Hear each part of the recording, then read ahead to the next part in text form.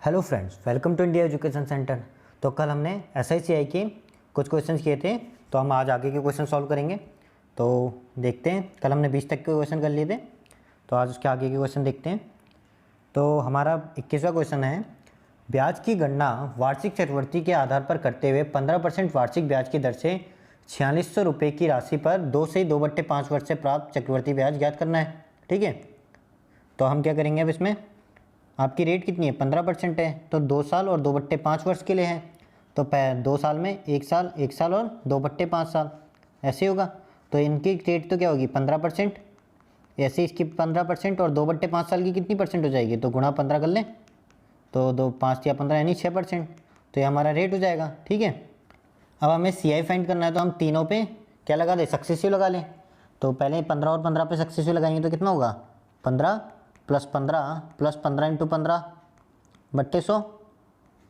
तो कितना हो जाएगा ये, 15 15 तो 30 हो गया आपका, और पॉइंट प्लस 2.25 हो गया, यही हो जाएगा। तो ये कितना हो गया आपका, 32.25%। अब 32.25% और 6 पे सक्सेसिव लगा लो अगेन, तो 32.25 + 6 + 32.25 × 6/100, यही होगा। तो कितना हो जाएगा ये, तो ये तो हो गया आपका 32.25 + 6 38.25। ठीक है, और प्लस में 32.25 × 6 करोगे तो कितना होगा, तो 32 × 6 कर लें पहले, तो 180 और प्लस 12 192, तो 192 हो गया, और 25 × 150 तो 1.5, तो कितना हो गया 1.935, ये होगा। 200 का भाग लगा देंगे तो 1.935, तो कितना हो गया टोटल करोगे तो इसको ऐड कर लें, तो दोनों को ऐड करोगे तो कितना आ जाएगा 5 और 5 3 8 9 10 11 की 1 कैंसिल 1 40.185। तो यानी अपन को अप्रोक्सीमेट में आंसर देना है, तो 40.18 को क्या मान सकते हैं अपन, 40.2 मान लें, तो 40.2%। तो इतना परसेंट निकाल लेंगे 46,000 का इजीली। तो 46,000 का 40.2% निकालोगे तो 46 460 × 40.2 कर लोगे, तो 46 × 4 करोगे तो पहले कितना आ जाएगा, 46 दूना 92, 92 दूना 184, तो कितना हो जाएगा 1840। ठीक है, तो यानी ये दोनों आंसर तो हो नहीं सकते, अब इन दोनों में से देखना है। तो पॉइंट 2 भी है, तो 46 दूना 92, तो 92 और ऐड कर लें, यानी 92 यानी कितना हो गया 9.2, तो 92 हो गया। 46 दूना 92, तो 92 और ऐड कर लोगे तो कितना आ जाएगा ये 18492, इतना आएगा 184 92। तो इसके नियरेस्ट आंसर इससे थोड़ा सा कम आने वाला है, तो आपका ये आंसर हो जाएगा। ठीक है, नेक्स्ट देख लेते हैं। अब ये कह रहा है, एक आदमी ने साधारण ब्याज की दर पर 5% दर पर 2400 रुपये और 9% पर 5400 रुपये निवेश किया, तो 6 वर्ष बाद उसे अपनी निवेश से कितनी राशि प्राप्त होगी। तो 2400 पे कितना है, तो 5% की रेट से 2400 पे, तो 6 साल का कितना हो जाएगा 30%, तो 2400 का 30% निकाल लेंगे। ठीक है, इसी तरह 5400 का कितना निकाल लेंगे, 9 की 54, तो 5400 का 54% निकाल लेंगे। तो 2400 का 30% ऐड करोगे तो कितना आएगा, 24 या 72 यानी 720, और 5400 का 54% निकालोगे तो 54 का स्क्वायर हम जानते हैं कितना होता है, 25 और 4 29, 2916, तो 2916 और ऐड हो जाएगा। ठीक है, तो दिख रहा है 2400 + 5400 अमाउंट पूछा है, तो 2400 + 5400 में ये तो ब्याज ऐड कर लेंगे, यानी लास्ट डिजिट हमारे पास कितनी आएगी 6, तो लास्ट डिजिट ये तो आंसर हो नहीं सकते, और 83,000 इतना ज़्यादा आंसर आ नहीं सकता, तो एक ही ऑप्शन है 11,436, ये हमारा आंसर हो जाएगा। नेक्स्ट देख लेते हैं। कोई व्यक्ति अपने बेटे बेटी और अपनी पत्नी के नाम पर 105,750 की राशि साधारण ब्याज पर इस प्रकार निवेशित करता है कि उन्हें क्रम से 3 4 5 वर्षों के बाद समान ब्याज प्राप्त हो। यदि ब्याज की दर 5% वार्षिक है तो पत्नी के लिए निवेश की गई राशि आपसे पूछी है। तो हम जानते हैं, तो आप इसमें ये देखोगे, जैसे हम आपका ऐसा ही क्या होता है, principal into rate into time upon 100 ये होता है। तो ऐसा ही दे रखा है, तो हम इसको P1 R1 T1 मान लें, तो दूसरे की कितनी हो जाएगी P2 R2 T2। ठीक है, अब आपको यहाँ पे ऐसा ही सेम दे रखा है, तो R1 और R2 भी सेम दे रखा है, तो P1 T1 बराबर P2 T2 हो जाएगा। ठीक है, तो यानी अपन कह सकते हैं P1/P2 = T2/T1, यानी टाइम का इन्वर्स हो जाएगा P, तो P ∝ 1/T हो जाएगा, क्योंकि P1 के सामने T1 ये रहा और P2 के ये रहा, तो P प्रोपोर्शनल टू 1/T, यानी जो आपका प्रिंसिपल होगा वो T के इन्वर्स में होगा। तो हम देख लेते हैं। तो इसने कहा है बेटे, बेटी और पत्नी, तो हमने मान लिया बेटे को सन, बेटी को डॉटर और पत्नी को वाइफ मान लें। तो इनका टाइम का रेशियो दे रखा है, तो टाइम का रेशियो कितना दे रखा है 3, 4, 5। तो प्रिंसिपल का रेशियो कितना हो जाएगा 1/3, 1/4 और 1/5 हो जाएगा। तो इसको एलसीएम लेंगे तो कितना बन जाएगा ये 4 या 12, 5 60, तो ये कितना हो जाएगा 20 रेशियो, और ये कितना हो जाएगा 15 रेशियो 12, यही बनेगा इनका रेशियो प्रिंसिपल का। तो ये कितना हो गया आपका 20 रेशियो 15 रेशियो 12, तो ये कितना हो गया 20, 15, 12 का रेशियो करोगे तो 40, 47, और 47 की वैल्यू कितनी दे रखी है आपको, 47 की वैल्यू दे रखी है ये, तो 105750 यही है। और पूछी किसकी आपसे, पत्नी की पूछी है, तो मल्टीप्लाई में 12 कर लेंगे, तो हमें सॉल्व कर लेंगे तो यही आंसर लाना है। तो इसको सॉल्व कर लेंगे, हमारा आंसर आ जाएगा। लेकिन हमें दिख रहा है यहाँ पे सॉल्व करने की भी ज़रूरत नहीं है, 9 का मल्टीपल होगा। क्यों, एक तो ये 3 बन रहा है आपका डिजिट, इसका 3 बन रहा है, और इसका डिजिट कितना बन रहा है 5, 5, 10 और 7 और 1 18, तो ये 18 यानी 9 का डिजिट बन रहा है, तो यानी 9 का मल्टीपल होगा आंसर। तो देखना एक बार, ये 9 का मल्टीपल नहीं है, ये भी नहीं है, ये भी नहीं है, तो ये क्या आपका ऑप्शन था 9 का मल्टीपल, ये आपका आंसर हो जाएगा। ठीक है, बाकी अगर इसको काटोगे तो आप इजीली आंसर आ जाएगा। नेक्स्ट देख लेते हैं। नेक्स्ट में ये कह रहा है 99,000 रुपये की राशि 12.5% वार्षिक ब्याज की दर से 9 महीने का साधारण ब्याज कितना होगा। तो 12.5% की रेट को हम जानते हैं, फ्रैक्शन में क्या लिख सकते हैं 1/8, तो 1/8 हो गई। आपसे कितने का पूछा है 9 महीने का, तो ये तो कितनी की है 12 महीने की, तो मैं 9 महीने की कितनी हो जाएगी, तो 9 महीने की हो जाएगी 1/8 × 12 × 9, यही होगी 9 महीने की। और आपसे पूछा क्या साधारण ब्याज पूछा है, तो 99,000 का इतना परसेंट निकाल लेंगे, सॉरी 99,000 की इतनी फ्रैक्शन निकाल लेंगे, तो इंटू 99,000। ठीक है, काट ले 3 चौक 12, 3 4 9, तो इसको सॉल्व कर लोगे तो आपका आंसर आ जाएगा। पर हमें इसमें भी दिख रहा है 9 का मल्टीपल होगा आंसर, और 11 का भी मल्टीपल होगा। तो 9 का मल्टीपल देखते कौन सा है, 9, 8 2 10 2 12 और 7 19, तो ये तो नहीं है, 9 8 और 1 9 और 5 4 9, तो ये तो है। ठीक है, नेक्स्ट देखते हैं 7 2 9 8 1 9, तो ये भी नहीं है, और 8 और 1 9 8 2 10 5 2 7 17, ये भी नहीं है। तो हमारा एक ही 9 का मल्टीपल है, तो यहाँ पे भी हमें सॉल्व नहीं करना पड़ा, यही हमारा आंसर हो गया। ठीक है, नेक्स्ट देखते हैं। अब ये कह रहा है ब्याज की गणना वार्षिक चक्रवृद्धि के आधार पर करते हुए किसी निश्चित वार्षिक ब्याज दर पर 2432 रुपये की राशि 2 वर्ष में 268128 हो जाती है। तो समान ब्याज दर से दुगना ब्याज दर पर समान राशि 4 से 3 बट्टे कितना है 8, 4 से 3/8 वर्ष में प्राप्त साधारण ब्याज आपसे पूछा है। तो देख लेते हैं।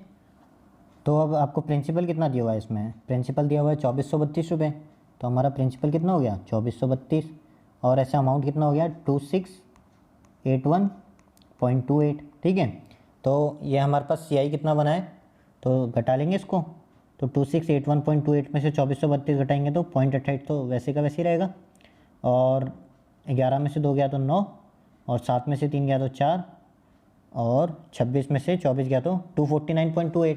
ठीक है, ये हमारे पास क्या आया है CI आ गया, ये हमारा प्रिंसिपल था।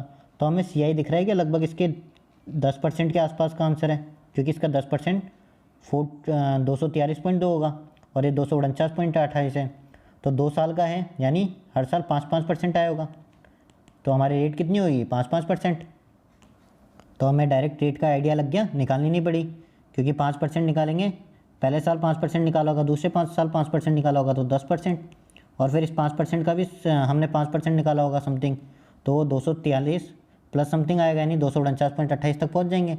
तो हमारी रेट क्या हो गई 5%। अब इसने क्या कहा है आपको, समान ब्याज दर के दुगने ब्याज दर हो जाए, तो रेट कितनी हो जाएगी, अब डबल कर दें इसकी रेट, तो रेट क्या हो गई अब 10%। तो 10% की रेट से समान राशि पर 4 से 3/8 वर्ष में प्राप्त साधारण ब्याज पूछा है, तो अमाउंट वही है 2432 रुपये। तो 2432 रुपये पर क्या कहा है इसने, 10% की रेट से कितने साल का, 4 से 3/8 साल का, यानी कितना लिख सकते हैं हम इसको, 4 से 3/8 को 8 चौक 32, 33 34 35, तो 35/8 साल का।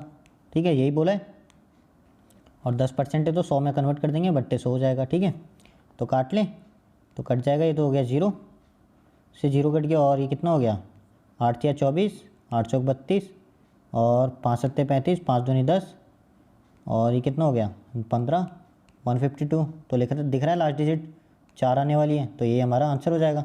ठीक है, नेक्स्ट देख लेते हैं। ब्याज की गणना वार्षिक चक्रवृद्धि के आधार पर करते हुए जब कोई धनराशि चक्रवृद्धि ब्याज पर निवेश की जाती है तो वह राशि 2 वर्ष में 28,224 हो जाती है और 3 वर्ष में 29,635.20 हो जाती है। तो धनराशि आपसे पूछी है, तो ये अमाउंट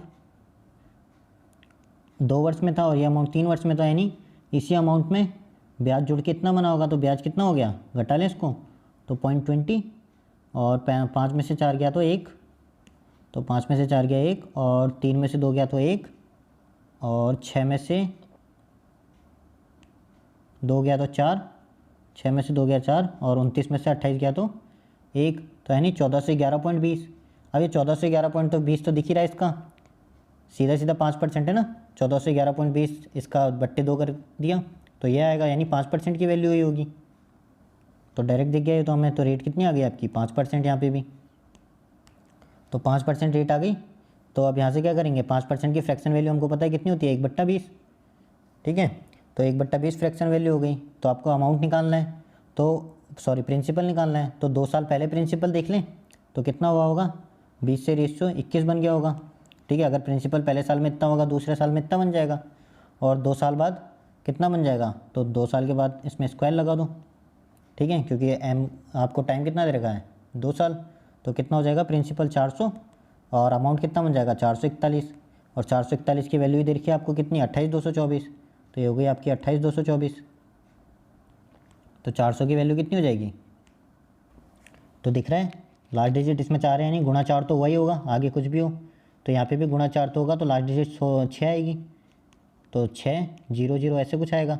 तो आप ऑप्शन देखेंगे तो इसमें नहीं है, इसमें भी नहीं है, इसमें भी नहीं है, एक ही ऑप्शन है 25,600, तो ये हमारा आंसर हो जाएगा। ठीक है, नेक्स्ट देखते हैं, बाकी आप इसको सॉल्व करना चाहो तो कर सकते हो। ठीक है, नेक्स्ट देखते हैं। कोई आदमी कुल 12,050 रुपये की राशि को 2 भागों में निवेशित करता है। पहले भाग को साधारण ब्याज पर प्रतिवर्ष 10% की दर से 2 वर्ष के लिए और दूसरे भाग को वार्षिक रूप से चक्रवर्ती होने वाले ब्याज की समान दर से समान समय के लिए निवेशित करता है। तो उससे दोनों भागों से मिलने वाली धनराशि बराबर है, तो चक्रवर्ती ब्याज दर पर निवेशित राशि ज्ञात कीजिए। तो आपको रेट क्या दे रखा है 10%, फिर 2 वर्ष के लिए तो कितना परसेंट मिला होगा 20%। ठीक है, तो ये आपको इतना इंटरेस्ट मिला होगा, तो आपका अमाउंट कितना हो जाएगा 120%, तो हम उसको 120% मान लें। ये किसका है, ए का है। इसी तरह अगर बी ने क्या होगा तो दूसरा भाग अगर बी माने तो बी कितना हो जाएगा आपका 10% CI से है, दूसरा भाग चक्रवर्ती से है, तो 10% की सक्सेसिव कितनी होती है 21। देख लिया हमने बहुत सारे क्वेश्चन, तो 121 बी हो जाएगा। तो यहाँ से अपन ए और बी का रेशियो निकाल लेंगे, तो A/B कितना बन जाएगा आपका 121/120, तो कितना हो गया ये 241, और ये 241 की वैल्यू दे रखी है 120/50, तो इसकी वैल्यू दे रखी है 120/50। तो आपसे किसकी वैल्यू पूछी है चक्रवर्ती ब्याज पर, तो चक्रवर्ती ब्याज पर 21% वाला था यानी बी था, तो बी की वैल्यू ये हो जाएगी। तो ये 241 से कितना गुना है इसका, दिख रहा है 5 गुना है, तो ये भी कितना हो जाएगा 5 गुना, यानी 6,000 आपका आंसर हो जाएगा। ठीक है, नेक्स्ट देख लेते हैं। यदि 9 वर्ष का साधारण ब्याज मूलधन के 45% के बराबर है तो वार्षिक ब्याज की दर आपसे पूछिए, तो कुछ ही नहीं करना, 9 का भाग 45 में लगाओगे 5% आंसर आ जाएगा, इजी है तो बिल्कुल ही। नेक्स्ट देखते हैं। X% वार्षिक साधारण ब्याज की दर पर 4,000 रुपये की राशि को 3 वर्ष में 5,008 रुपये हो जाती है, तो ब्याज की दर x + 2.6% हो जाए तो संशोधित परिपक्वता राशि पूछिए। तो ये अब क्या कह रहा है आपकी, अगर आपके रेट x से 2 + 2.6 बढ़ जाए तो अब आपकी नई राशि क्या होगी, यही पूछा है। तो हम देख लेते हैं, तो यानी x% से दे रहा है, तो x% तो पहले भी दे रहा था, अब बढ़ा रहा है, तो यानी x% से जो आंसर था उतना तो रहेगा ही रहेगा, तो यानी 5008 तो रहेगा, प्लस करके कुछ अमाउंट आएगा, तो यानी 2.6% की रेट से कितने साल के लिए 3 साल के लिए, तो 2.6% की रेट से 3 साल के लिए इतना % बढ़ जाएगा, और किस अमाउंट पे 4,000 पे, तो 4,000 का इतना निकाल लेंगे, बट्टे में 100 कर लो, आपका आंसर आ जाएगा। ठीक है, तो सॉल्व कर लेते हैं, पॉइंट भी हटा लो, ये 0 भी कट जाएगा। ठीक है, तो हमें दिख रहा है या तो आप इसको सॉल्व कर लो या फिर डिजिट सम लगा लो इसमें, या लास्ट डिजिट लगा लो। तो हम यहाँ पे डिजिट सम लगा लेते हैं। तो हमें दिख रहा है ये तो कितना है 8 5 13, तो डिजिट सम कितना आ गया 4, और इसका डिजिट सम कितना हो गया 6 2 8, और 8 8 या 24 यानी 6, और 6 चौक 24 यानी 6। तो डिजिट सम कितना आना चाहिए आपका 10। तो देख लेते हैं डिजिट सम 10, यहाँ 1 भी बोल सकते हैं इसको। तो 1 किसका आ रहा है 5 3 8, तो ये तो नहीं है, तो इसका कितना आएगा 5 3 8 9 10 11, तो कितना हो जाएगा 2। इसका तो 2 आ रहा है, इसका कितना आ रहा है 6 5 11, इसका भी 2 आ रहा है, और इसका 5 2 7, इसका 7 आ रहा है, इसका 5 3 8 9 10, इसका 10 आ रहा है। तो आपका एक ही ऑप्शन था। ठीक है, नेक्स्ट देख ले, नेक्स्ट देख लेते हैं। अब ये कह रहा है 5450 रुपये की राशि कितने वर्ष में 8175 हो जाएगी यदि यह राशि 12.5% वार्षिक साधारण ब्याज की दर पर निवेशित की जाती है। तो 12.5% की रेट की वैल्यू अपन जानते हैं, फ्रैक्शन वैल्यू कितनी होती है 1/8। ठीक है, याद रखना। और 5450 रुपये से कितना हो रहा है 8175, तो इन दोनों का डिफरेंस कितना निकाल लेंगे, यानी हमें कितना ब्याज चाहिए, तो घटा लें तो 5 आ जाएगा, 7 में से 5 गया 2, और 1 में से 4 गया तो 1 कॉमन लेंगे, 7 4 11 7, और 7 में से 5 गया तो 27 25 चाहिए हमें, यानी इतना ब्याज चाहिए। और एक साल में कितना ब्याज मिल रहा है 1/8, तो 5450 का 1/8 निकाल लेंगे। तो 5450 का 1/8 निकालोगे तो कितना आएगा, ये हो जाएगा 8 सिंग 48, 8 7 56, तो 8 सिंग 48, और 8 8 64, और 8 एकम 8, 8 एकम 8 पॉइंट लग जाएगा फिर। तो 9 10 8 2 16 8 5 40, तो एक साल में इतना मिलेगा। तो हमें पूछा है कितने सालों में ये अमाउंट मिल जाएगा, तो हमें दिख रहा है लगभग कितना गुना होगा इसका, तो 6 6 18, 6 चौक 24, 6 5 जी, तो यानी 3 में तो कम हो रहा है और 5 में ज़्यादा हो रहा है, तो 5 4 गुना ही होगा। तो आपका ऑप्शन कौन सा हो जाएगा 4। ठीक है, क्योंकि 6 चौक 24 नियरेस्ट यही है, तो ये डायरेक्ट भी देख सकते हैं हम। नेक्स्ट देखते हैं, एक मोबाइल फ़ोन 79860 के नकद भुगतान पर या डाउन पेमेंट के रूप में 60,000 रुपये का नकद भुगतान करने और शेष धनराशि को 3 समान वार्षिक किस्तों में भुगतान करने पर उपलब्ध है, और वार्षिक चक्रवर्ती 10% वार्षिक चक्रवर्ती ब्याज की दर से ब्याज लेता है जो वार्षिक रूप से चक्रवर्तित होता है। तो प्रत्येक किस्त की वैल्यू आपसे पूछी है, तो देख लेते हैं। तो इससे पहले हम एक कंसेप्ट देख लेते हैं। अगर आपके पास रेट मान लीजिए 1/x% के रूप में हो या 1/x में हो फ्रैक्शन वैल्यू में, तो आपका जो अमाउंट बनता है यहाँ पे बनता है। ठीक है, तो आपकी किस्तें क्या बनेगी यहाँ पे x+1, तो प्रथम साल की किस्त ये होगी, दूसरे साल के लिए किस्त क्या हो जाएगी x+1 का होल स्क्वायर, और यहाँ पे x²। इसी तरह तीसरे साल के लिए ये हो जाएगी। ठीक है, ये आपकी किस्तें होती है first year, second year, third year, और किस्तों को बराबर करने की कहें तो कर लेंगे अपन मल्टीप्लाई करके। तो नेक्स्ट देखते हैं यहाँ पे क्या दे रखा है हमको, यहाँ पे हमको फ्रैक्शन वैल्यू कितनी दे रखी है 10% रेट दे रखी है, तो 10% की फ्रैक्शन वैल्यू कितनी होती है 1/10। तो यानी पहले साल तो कितनी हो जाएगी 10 पे 11 की किस्त जाएगी, दूसरे साल पे 10 के स्क्वायर पे 11 के स्क्वायर की किस्त जाएगी, और तीसरे साल पे 10 की क्यूब पे 11 की क्यूब जाएगी। ठीक है, अब इसने क्या कहा है हमको, इसने कहा है हमारी किस्तें जो हैं वो समान है, समान वार्षिक किस्तें हैं, तो हम सबको 11 की क्यूब बना लें। तो यहाँ पे 11 का गुणा करना पड़ेगा, और यहाँ पे 11 का स्क्वायर गुणा करना पड़ेगा, तो सारी किस्तें समान हो जाएगी। तो यहाँ पे 11 का स्क्वायर गुणा कर रहे हैं, तो यहाँ पे भी 11 का स्क्वायर गुणा करेंगे, और सेम इधर 11 का गुणा करेंगे, और यहाँ पे तो सेम है ही। तो ठीक है, ये बन जाएगा हमारा। तो हम क्या देख लेते हैं, अब इसमें ऐड करके देख लें। तो ये तो कितना हो जाएगा आपका 11 का स्क्वायर 121, और 10 1210, तो ये तो हो गया 1210। ऐसे ही ये 11 का स्क्वायर 121, और सॉरी 11 गुणा 10 का स्क्वायर, तो यानी कितना हो गया 1100, और 10 की क्यूब कितना हो गया 1000। ठीक है, तो टोटल अमाउंट कितना हो जाएगा 0 1 3 3 3 1, और हमारी प्रत्येक किस्त की वैल्यू कितनी आ जाएगी 11 की क्यूब, तो यानी 1331। 1331 पहले साल, 1331 दूसरे साल, 1331 ही तीनों साल होगी। ठीक है, तो आपको 3310 की वैल्यू दी हुई है, वो कितनी दी हुई है, तो 3310 की वैल्यू क्या है, वो जो अमाउंट हमें देना है, तो कितना अमाउंट देना है हमें 60,000 माइनस कर लेंगे 79860 में से, तो कितना देना है हमें 19,860 रुपये। तो 3310 की वैल्यू कितनी हो जाएगी 19,860 रुपये, ये हमारी 33,000 की वैल्यू 3310 की वैल्यू हो जाएगी। तो इसका कितना गुना है 6 गुना है, 6 12 6 18, और ठीक है 6 कम 6, 6 हमारा 6 18 के 8, 6 18 19, तो ठीक है 6 गुना है, तो हमारी प्रत्येक किस्त की वैल्यू भी कितनी हो जाएगी, 6 गुना हो जाएगी। तो 1331 को 6 से गुना करोगे तो कितना आएगा, 6 6 6 6 हमारा 6 18, 1 6 18 और 1 19 की 9 कैसे लिख 6 से 7, तो 7986 हमारा आंसर हो जाएगा। या लास्ट डिजिट से भी देख सकते हैं, लास्ट डिजिट 6 है तो यही ऑप्शन था। ठीक है, नेक्स्ट क्वेश्चन देखते हैं। वार्षिक 10% की ब्याज दर पर 3 से 1/2 वर्ष में किसी निश्चित राशि पर प्राप्त साधारण ब्याज 2940 है। तो ब्याज की गणना यदि अर्धवार्षिक चक्रवृद्धि के आधार पर की जाए तो समान ब्याज दर से 3.5 वर्ष में समान राशि पर प्राप्त चक्रवृद्धि ब्याज आपसे पूछा है। तो देखते हैं, तो 10% से 3.5 साल में कितना ब्याज मिल जाएगा, तो 10 या 30 और प्लस 5 तो यानी 35% मिल जाएगा। तो 35% की वैल्यू कितनी दे रखी है आपको, 2940 रुपये। तो 35% तो कितना है, 2940 रुपये। अब ये क्या कह रहा है आपसे, यदि समान ब्याज दर पर 1.5 वर्ष में समान राशि पर चक्रवृद्धि ब्याज ज्ञात करना है यदि अर्धवार्षिक हो, तो अर्धवार्षिक रेट कितनी हो जाएगी, 5% हो जाएगी। तो 5% हो जाएगी अर्धवार्षिक। तो 5% की फ्रैक्शन वैल्यू कितनी होती है, तो 5% की फ्रैक्शन वैल्यू हम जानते हैं 1/20 होती है। तो आपको 1.5 साल का ज्ञात करना है, तो आधे आधे साल के 3 बन जाएंगे, यानी 20 की पावर 3 और 21 की पावर 3, यही बनेगा रेशियो।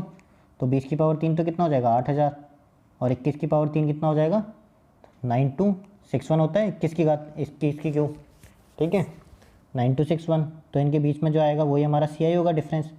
तो 1261 ये हमारा कितना आ गया, CI आ गया। ठीक है, जो हमें फाइंड आउट करना है। अब हमें क्या फाइंड आउट करना है, सबसे पहले प्रिंसिपल पता चल जाए तो काम बन जाएगा, क्योंकि 35% की वैल्यू 2940 है, तो 100% ही हमारा प्रिंसिपल होता है। तो 100% की वैल्यू कितनी हो जाएगी, वो कितनी हो जाएगी 2940 ना, एक मिनट, तो वो हो जाएगी 2940/35 × 100। तो ये हमारा प्रिंसिपल हो गया। ठीक है, और इसी प्रिंसिपल को हमने कितना माना है, 8000 माना है यहाँ से। तो यानी ये किसकी वैल्यू है, 8000 की वैल्यू है। और हमें फाइंड आउट किसकी करनी है, 1261 की। तो इंटू 1261 कर लें तो यही हमारा आंसर हो जाएगा। ठीक है, इसको सॉल्व करेंगे हमारा आंसर आ जाएगा। तो सॉल्व कर लेते हैं इसको। तो कितना आएगा, 8000 से तो कट गया ये 3 जीरो तो, ठीक है 7 के पाड़े से काट लें, 7 पंजे 35 और ये कितना हो गया 7 चौक 28, 29 30, 7 दूनी 14। ठीक है, और ये कितना हो गया अब आपका 8 के पाड़े से कट जाएगा क्या, नहीं कटेगा, तो 2 के पाड़े से तो कट जाएगा। तो ये कितना हो गया आपका 21 दूना 42 और ये 2 चौक 8, तो यानी कितना आ गया ये 1261 गुणा 21/20। ठीक है, यही बनेगा। तो हम इसको क्या देख सकते हैं, तो हम इसको सॉल्व करके देख सकते हैं। अगर ये 20 होता तब तो आपका आंसर 1261 ही हो जाता, तो लगभग 1200 के आसपास, 1261 के आसपास ही होगा आंसर, और उससे थोड़ा सा ज़्यादा हो 1324। बाकी इसको ऐसे भी सॉल्व कर सकते हैं। तो 1261 और इसको 21 को क्या लिख सकते हैं हम 20 + 1। ठीक है, तो 1261 ब्रैकेट में कैसे लिख सकते हैं इसको 1 + 1/20 लिख सकते हैं। तो 1261 तो आंसर होता ही होता, और 1/20 कर लोगे तो 1261 प्लस 1/20 करोगे तो पॉइंट लग के 2 × 12 और 2 × 6 यानी 63 पॉइंट समथिंग। तो 63 इसमें ऐड हो जाएगा, 6 और 6 12 की 2 कैंसिल 1, तो 1324 के आसपास आंसर होगा आपका। तो इजीली हमने फाइंड आउट कर लिया कितना आंसर होगा 1324। ठीक है, नेक्स्ट क्वेश्चन देख लेते हैं हम। तो हमारे सारे क्वेश्चन ख़त्म होते हैं, हमने सारे क्वेश्चन देख लिए। तो अगर आपको वीडियो पसंद आई हो तो वीडियो को लाइक शेयर और सब्सक्राइब करना ना भूलें। मिलते हैं नेक्स्ट वीडियो के साथ। Thank you.